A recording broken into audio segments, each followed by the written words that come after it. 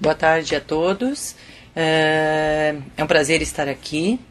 Eu espero que as informações que eu trago aqui, porque o conhecimento está à nossa disposição, mas eu espero que as informações que eu trago para vocês possam nos ajudar a refletir sobre como melhorar o processo de trabalho nas unidades de saúde, para melhorar o acesso e para oferecer uma atenção de qualidade para as pessoas. Então, a primeira coisa que eu gostaria de conversar com vocês é sobre o paradigma do viver com saúde ou envelhecer com doença. Na atualidade, o conceito que temos sobre a doença já não é mais um pensamento apenas. Trata-se de uma crença de que estamos sendo atacados por uma força que não nos pertence. Parece que esta crença é universal, mas nem todas as culturas a vivem desta forma. O objetivo central da rede de saúde é a gente promover para as pessoas uma vida com qualidade. Não significa que porque as doenças crônicas, elas se tornam mais presentes à medida que nós envelhecemos. Mas é possível sim viver com qualidade, desde que a gente coloque o foco da atenção à saúde na saúde e não na doença. Então, para que a gente consiga estabelecer uma rede de saúde, é importante que a gente faça algumas perguntas. Qual é o nosso papel e o da equipe de saúde onde trabalhamos? Somos seres sociais ou apenas profissionais da saúde? Como seres sociais e como profissionais da saúde, podemos promover saúde? Somos capazes, de promover saúde, de prevenir doenças, de diagnosticar e tratar doenças da melhor forma possível, baseado nas melhores evidências possíveis.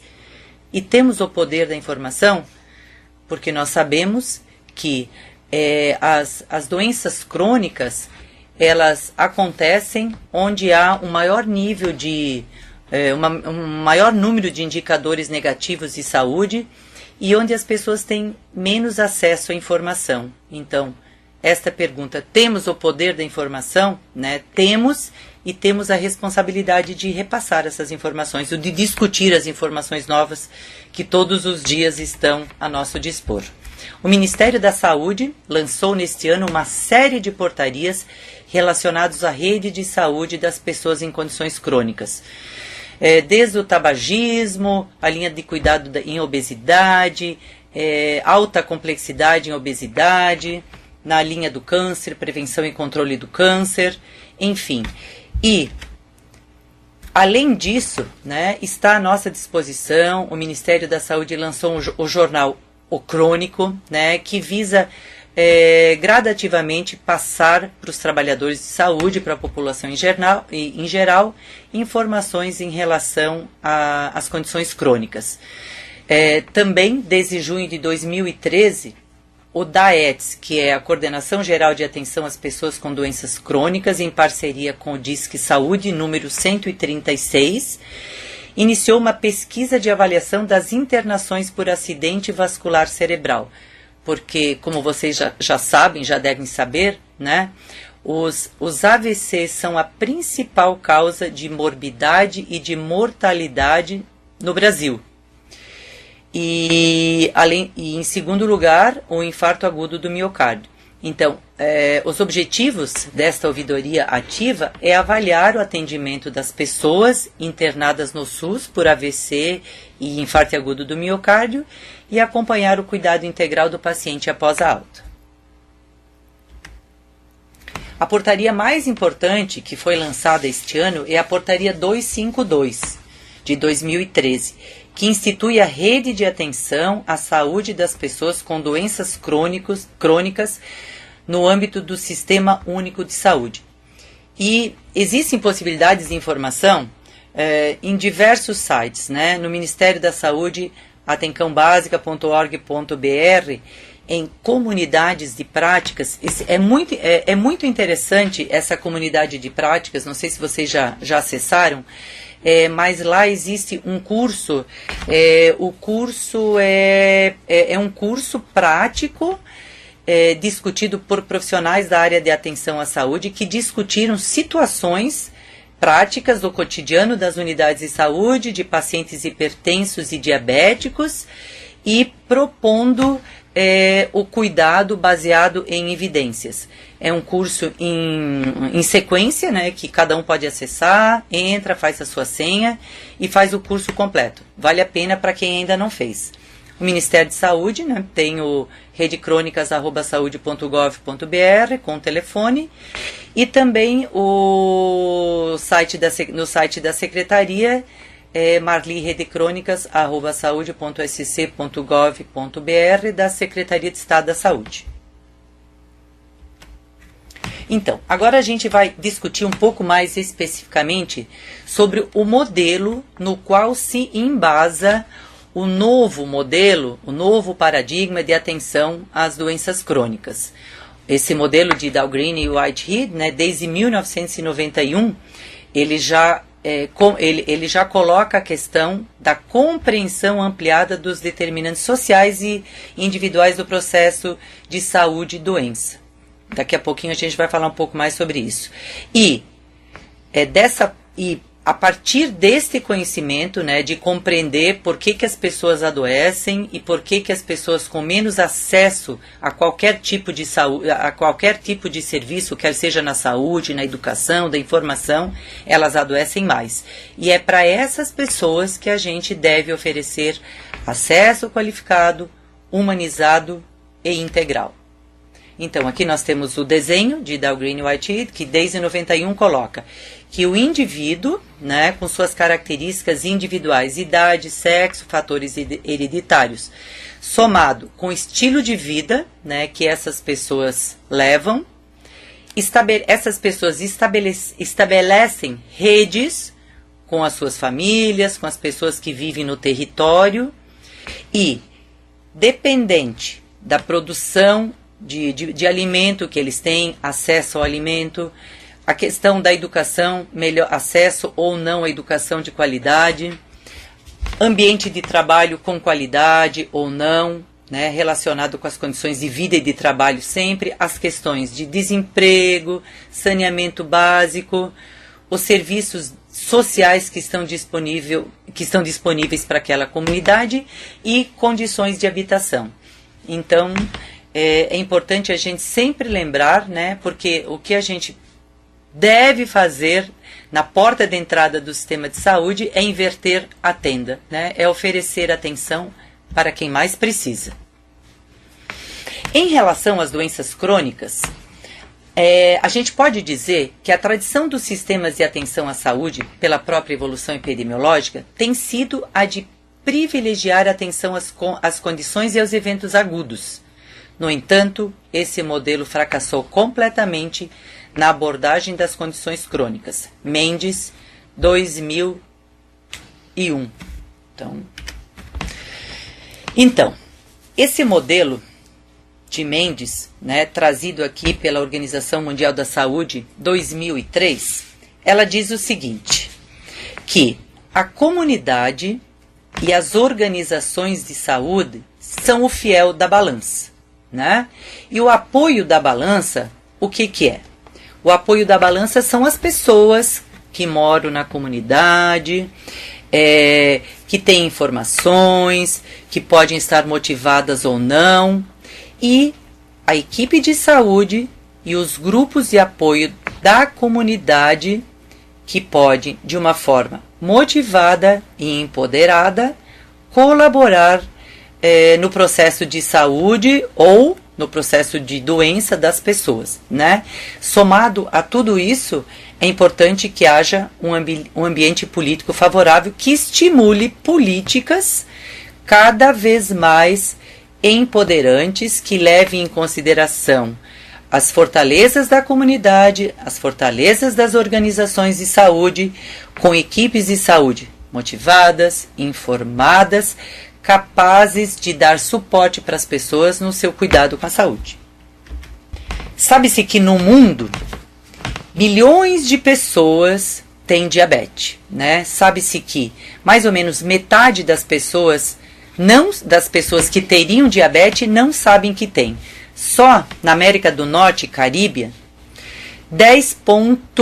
5% das pessoas têm diabetes. E no mundo inteiro, 371 milhões de pessoas têm diabetes. No mundo inteiro, 8,3% de pessoas têm diabetes. Na América do Sul e na América Central, a prevalência de diabetes na população é de 9,2%.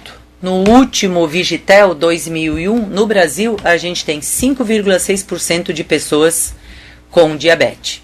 Isso é só para a gente entender. E uma coisa importante que a gente pode falar aqui, que que a Organização Mundial da Saúde, os governos, né, do mundo se reuniram 2 vezes só para discutir questões relativas à saúde. Uma delas foi em 64, com a questão do vírus da imunodeficiência adquirida, e agora em 2011 para discutir o avanço das doenças, das pessoas com doenças crônicas no mundo e o prognóstico não favorável, né, da evolução dessas doenças, além do grande gasto que se tem com saúde para a recuperação dessas pessoas.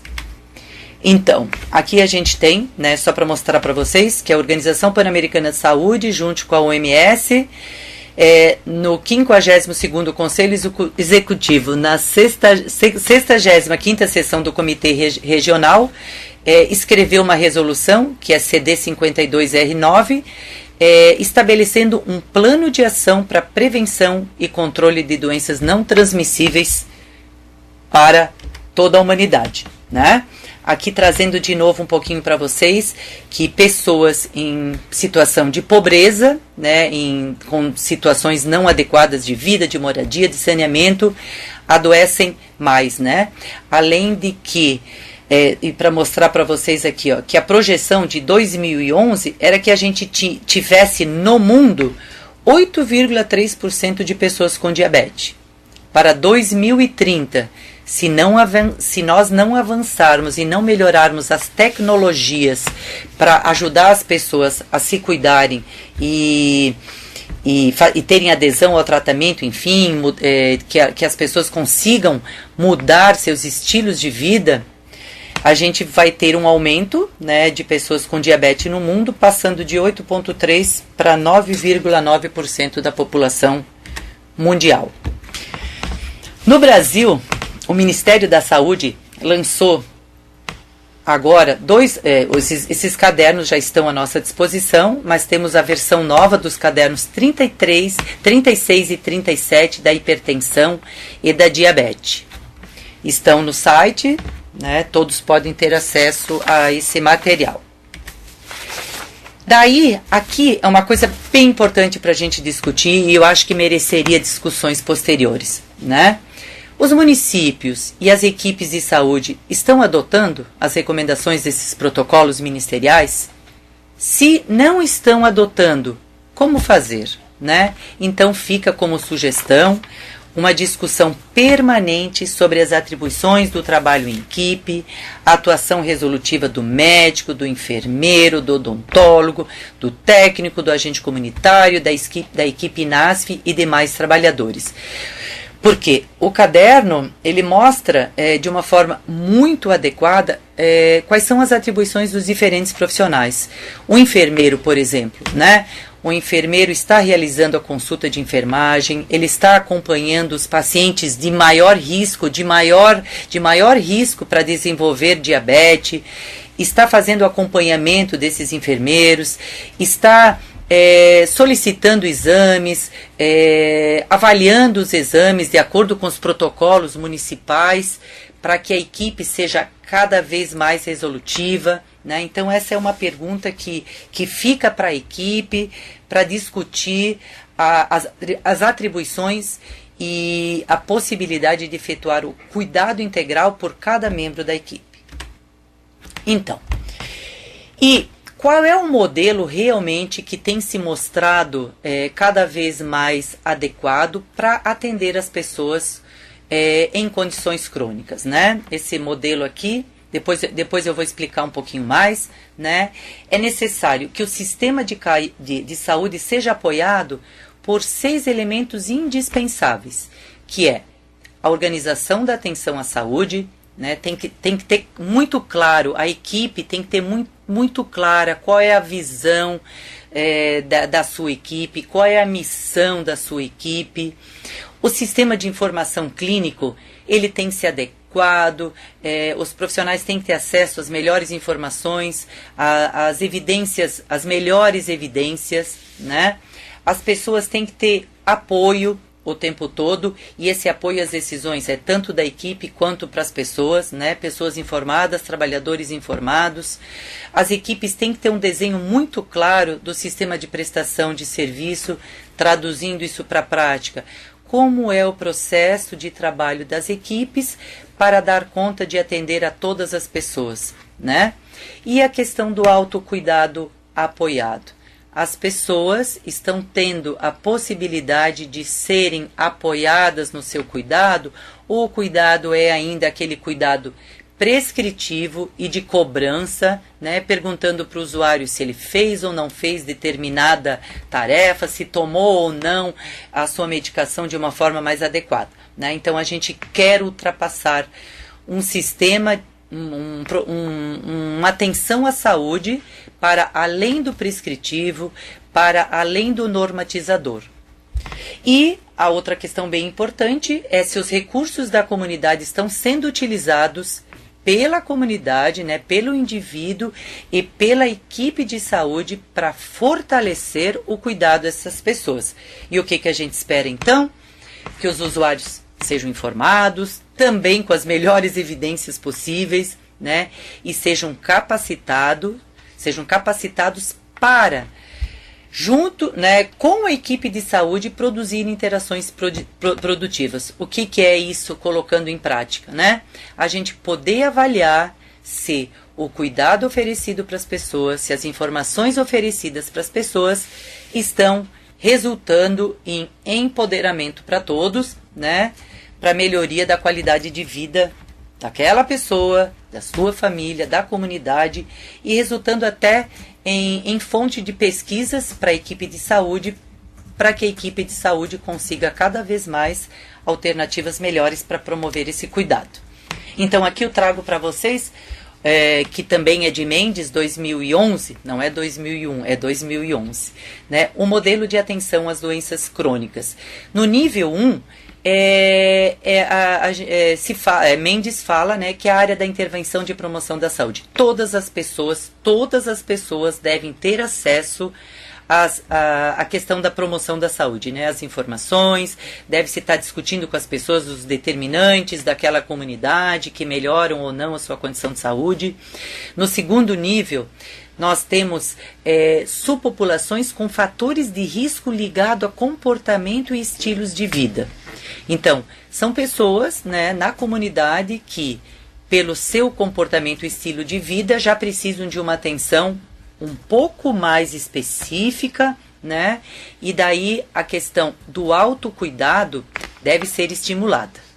No terceiro nível, nós teríamos uma parcela da população com condição crônica simples ou com fator de risco biopsicológico. A gente sabe que pessoas diabéticas, por exemplo, né, tem 3 vezes mais possibilidade, tem 3 vezes mais questões relacionadas a doenças emocionais, né, depressão, e isso é um fator que retarda, impede e dificulta o seu próprio cuidado.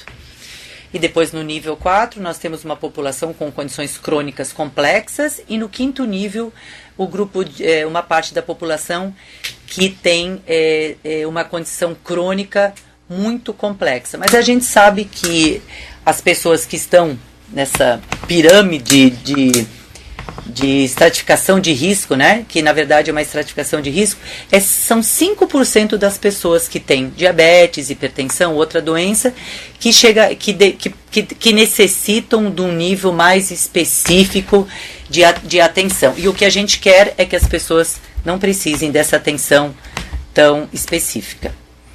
O que é então qual é então o objetivo principal de a gente oferecer esse modelo que a gente vai falar mais um pouquinho daqui a pouco, que é promover saúde, implementar o processo de trabalho das equipes de saúde da família e o comprometimento dos trabalhadores e usuários para o cuidado de saúde das pessoas portadoras de doenças crônicas ou não, com a finalidade de ampliar o entendimento e participação de todos para melhorar a qualidade de vida e diminuir morbidades, mortalidade, que eu esqueci de falar, e internações decorrentes dessas doenças. Os objetivos específicos aqui eles não estão em ordem, né? Mas depois a gente vai ver por quê.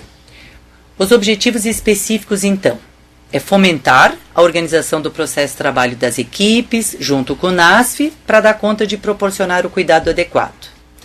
Aplicar um questionário, que é o FINDRISC, para avaliar possíveis novos casos de diabetes na comunidade. Por quê? Porque a gente sabe que metade das pessoas que têm diabetes não sabe.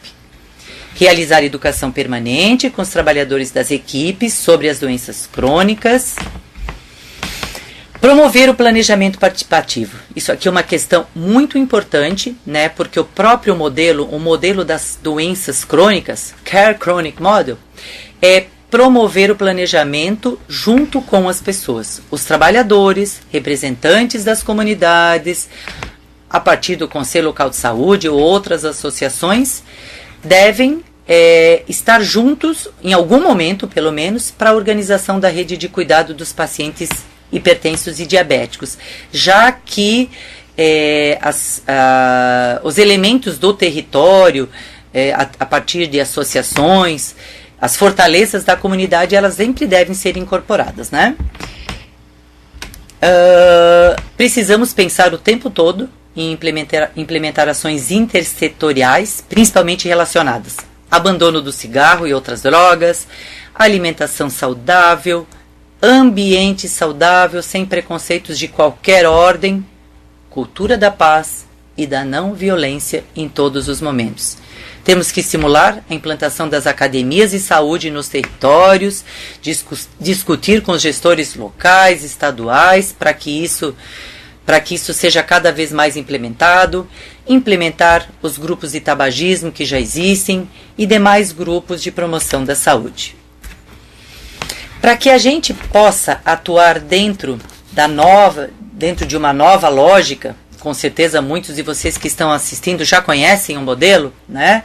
Mas o objetivo dessa web é a gente estar discutindo, né? Porque a gente sabe que traduzir conhecimentos para a prática requer que a gente converse muito tempo sobre isso. Então, para que a gente consiga, né, implantar esse modelo que está sendo sugerido, é necessário que a gente avalie, né, o processo de trabalho das equipes, para que a partir deste conhecimento se implemente novas propostas, né?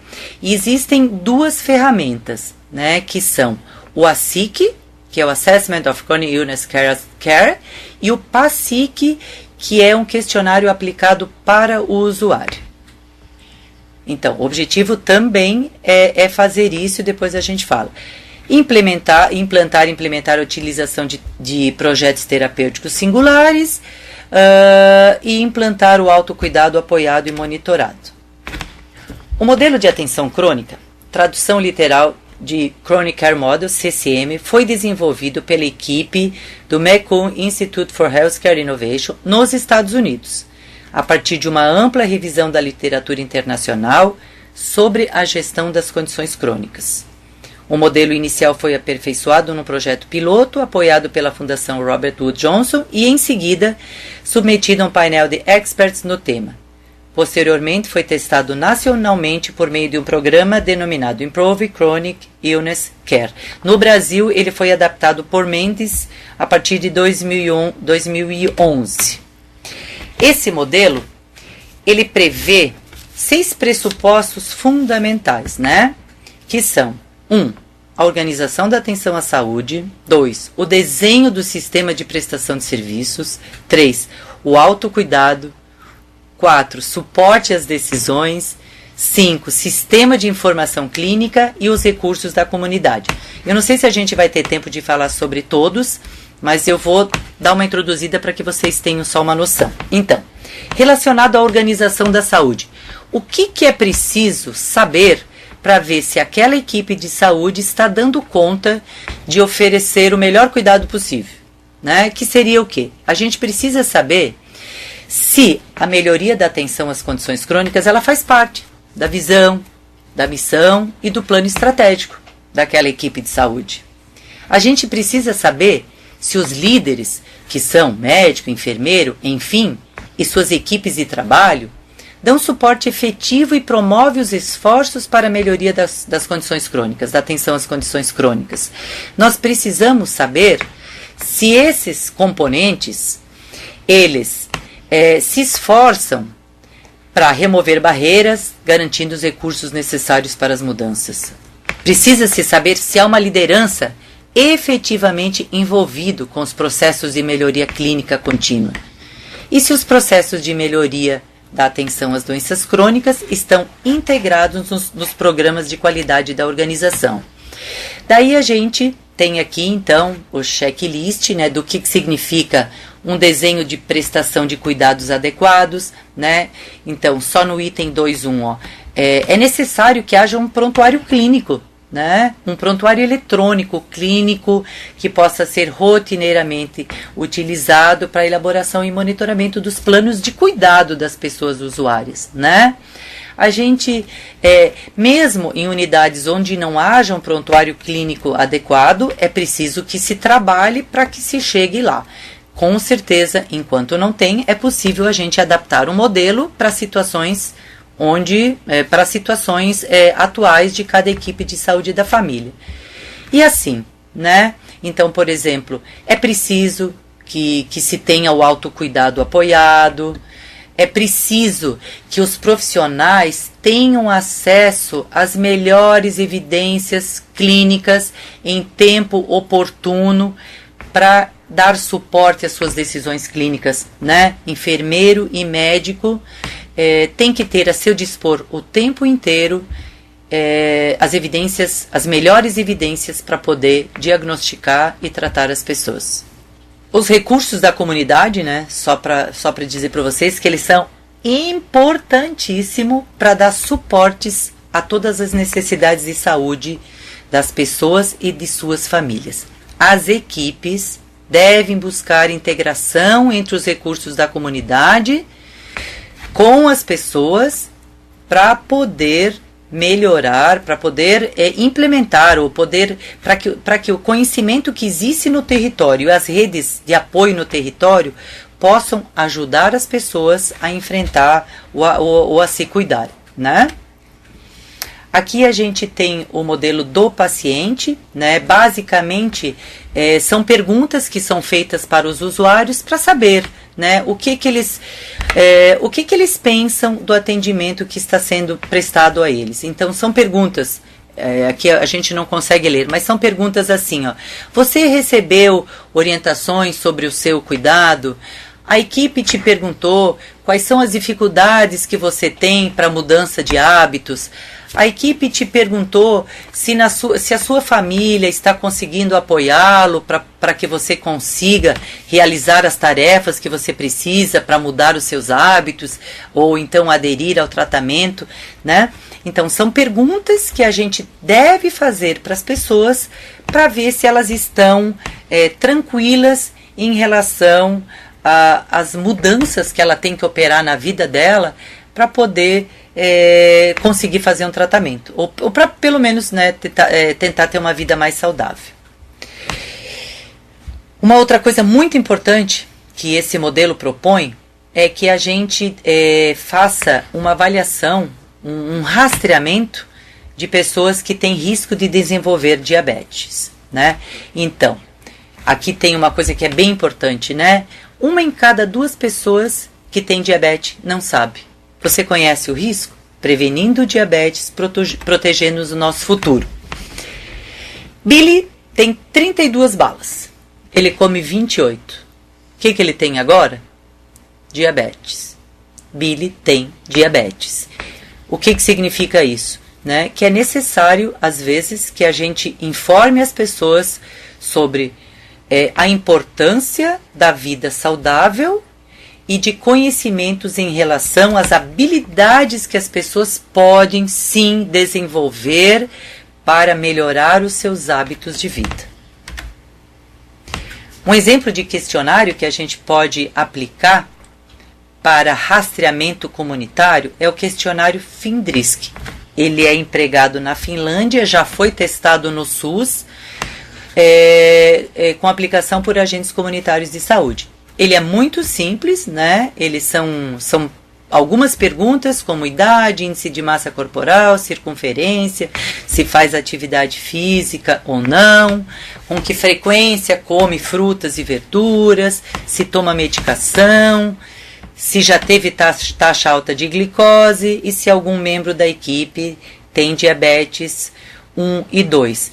Então, a partir dessas respostas, né, é feita uma pontuação e essa pontuação vai nos dizer que quem tem um baixo risco de desenvolver diabetes, tem risco moderado, né, quem tem alto e muito alto risco de desenvolver a doença. A partir disso, então, pode-se organizar, né, o cuidado a essas pessoas dependendo do risco que elas têm, né? Então, por exemplo, pessoas cujo score foi abaixo de 12, elas simplesmente precisam repetir o questionário em 3 a 5 anos, né? As pessoas que tiveram um resultado de mais de 12, ou igual a 12 ou mais de 12, então é necessário fazer alguns exames, né? Como, por exemplo, a glicemia de jejum.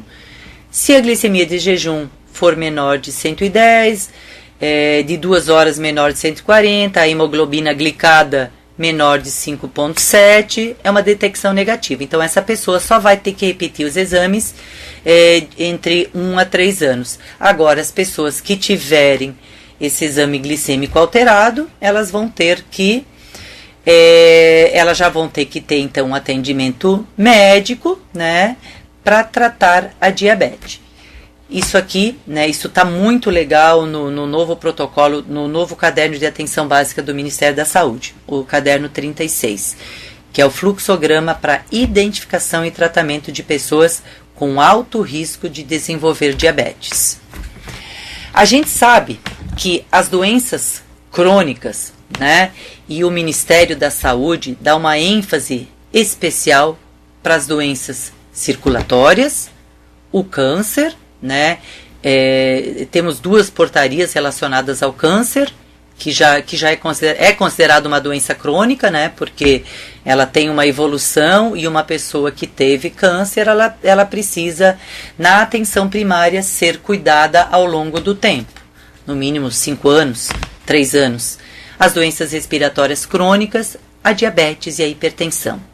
Sabe-se, né, que os fatores de risco, como tabagismo, consumo de álcool, inatividade física, alimentação não saudável e obesidade são fatores de risco incomum para todas essas doenças. Então, é importantíssimo nós trabalharmos a promoção da saúde de uma forma muito premente. Trago aqui para vocês agora algumas inovações em relação à atenção à rede de atenção às doenças crônicas, como, por exemplo, em Minas Gerais, o governo iniciou a implementação de uma rede de prioridades para o atendimento às pessoas com hipertensão e diabetes. Mais de 4.000 profissionais, especialmente os das equipes de estratégia da família, participaram dessa iniciativa, além dos profissionais de saúde que trabalham em 13 centros especializados de 15 regiões de saúde. Então, eles dividiram territórios e tem centros de saúde especializados para as pessoas com prognósticos muito desfavoráveis na atenção primária em relação a diabetes e hipertensão especialmente, e já conseguiram dar atenção a mais de 2 milhões de pessoas. A rede Hiperdia, né, em Santo Antônio do Monte, por exemplo, que já atendeu mais de 700 pacientes, mostrou que a maioria das pessoas com hipertensão arterial, 87%, e com diabetes, cumpriram com os objetivos do tratamento. Nenhum dos pacientes tratados requereu hospitalização durante o período de 1 ano, resultando em grande economia financeira. Esse modelo de Minas, né, é um modelo ímpar, né, e com certeza ele merece ser estudado para que a gente, de repente, algum dia a gente possa pensar em ter alguma coisa parecida, né? Curitiba também tem um laboratório de inovação, né, cujo objetivo é difundir conhecimentos, e foi feita uma experiência piloto utilizando o modelo das doenças crônicas, né, proposto por Mendes no Brasil, e as equipes foram capacitadas para melhorar as habilidades clínicas, especialmente no manejo do pé diabético, no uso da insulina, no tratamento e no diagnóstico da depressão e para o apoio do autocuidado e atividades grupais. Foi aplicado também o ACC. Então, lá eles têm, né, o manual do profissional de saúde, né, para utilização do autocuidado apoiado, e os pacientes recebem um caderno de exercícios, né, para que eles consigam fazer o seu tratamento de forma corresponsável. E daí aqui, né, a gente traz para vocês um pouquinho, então, o que é esse autocuidado, né? Na verdade, ele consiste numa sistematização de informações educacionais e de apoio, certo? Na Argentina, né, existem alguns modelos no mundo. A Argentina também, né, implantou o modelo de cuidados crônicos, também baseado no modelo das doenças crônicas, né? E eles utilizaram uma série de ferramentas para o controle dos eventos cardiovasculares, né? Incluindo estratificação de riscos baseados em evidências. Os resultados preliminares mostram que os indicadores de qualidade e atenção melhoraram significativamente depois de 1 ano de intervenção, em comparação com a linha de base de cuidado tradicional. Aqui só para dizer para vocês, não vai dar tempo de a gente falar, mas que é indispensável a gente lançar mão de dados epidemiológicos para conhecer um pouquinho melhor o território, né? Com certeza, os dados epidemiológicos não são únicos, né? E deve-se respeitar as características das pessoas e do modo como elas vivem na comunidade. Esse aqui é a taxa de mortalidade, né, pelas 4 maiores causas das doenças decorrentes de morbidade das doenças do aparelho circulatório, né? Então, as doenças são câncer, diabetes, hipertensão e as doenças cardiovasculares, né? Então, a gente observa que em todas as regiões do estado de Santa Catarina, no ano de 2011 e 2012, a gente tem uma incidência X que pode ser melhorada, né? Então, trago aqui para vocês depois, quem quiser acessar, né, que as internações por condições sensíveis à atenção primária em saúde, elas são altas, né? A gente vê aqui que todas as questões são relacionadas à possibilidade de intervenção na atenção primária em saúde, né? As insuficiências cardíacas, as doenças pulmonares, as complicações decorrentes da diabetes, como principalmente as cérebros vasculares, tanto da diabetes como da hipertensão. É importante que a gente rastreie, né, e que a gente entenda os índices e as taxas de prevalência de morbidade e mortalidade no território. É importante a gente continuar implementando o programa da diminuição do uso de cigarro, né, através da implementação de grupos de apoio às pessoas que desejam parar de fumar, né. E eu trouxe aqui para vocês uma tabela que mostra, né, que 50% das pessoas que iniciam o grupo, elas não conseguem parar de fumar. Então, que é necessário a gente continuar investindo na qualificação desses grupos, na qualificação dos trabalhadores, troca de ideias, né, para que a gente melhore esses resultados. Muitas pessoas ficam internadas muito tempo por diabetes, e essa tabela aqui, ela mostra que as doenças do aparelho circulatório continua sendo, como é no mundo inteiro já, a principal causa de óbito, tanto em homens quanto em mulheres. O que fica então aqui para a gente discutir, né? Quais são os desafios? Implementar a melhoria do acesso e do processo de trabalho humanizado, integral, das equipes, com equidade em toda a rede estadual. Implantar e implementar as linhas de cuidado e regulação em todos os níveis de atenção à saúde. Nós precisamos fazer estratificação de risco, nós precisamos atender a quem mais precisa para melhorar a qualidade de vida e reduzir morbidade e mortalidade. As redes devem ser integradas em todos os níveis de atenção, né? Temos que continuar avançando na melhoria dos sistemas de informação e o fortalecimento da equipe técnica em todos os níveis de atenção. Nós queremos que as pessoas vivam com qualidade, que envelheçam, mas vivam com qualidade. E nós queremos, né, que as pessoas tenham acesso à informação e não somente acesso a bens de consumo, né, muitas vezes totalmente desnecessários, que provocam doenças, que fazem as pessoas adoecerem, né? Para refletir, terminando então, né? Não se pode fazer muita coisa em relação à idade, porque nós envelhecemos, e a predisposição genética.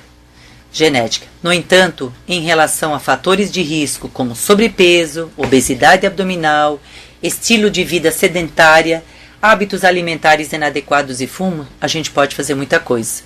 Familiares, colegas podem contribuir na difícil tarefa de realizar as mudanças de vida, as mudanças de estilo de vida necessários, né? Porque essas mudanças podem prevenir completamente o aparecimento da diabetes e da hipertensão e outras doenças. Então comece agora. Faça exercício, coma frutas, nós temos que dar o exemplo, né? E não adianta fazer exames, né? As pessoas buscam muitos serviços de saúde para fazer exames como check-up, se as pessoas não fizerem a sua parte, né? Ter saúde depende em grande parte dos seus e dos nossos hábitos e estilos de vida. Aqui eu trago para vocês alguma bibliografia, não todas, e agradeço a atenção de todos e espero ter contribuído com informações para que a gente possa melhorar o nosso processo de trabalho em relação às pessoas em condições crônicas ou não. Olá, gente, então, agradeço a participação de vocês e qualquer coisa estamos na Secretaria de Estado de Saúde também para discutir as questões que foram levantadas hoje. Obrigada.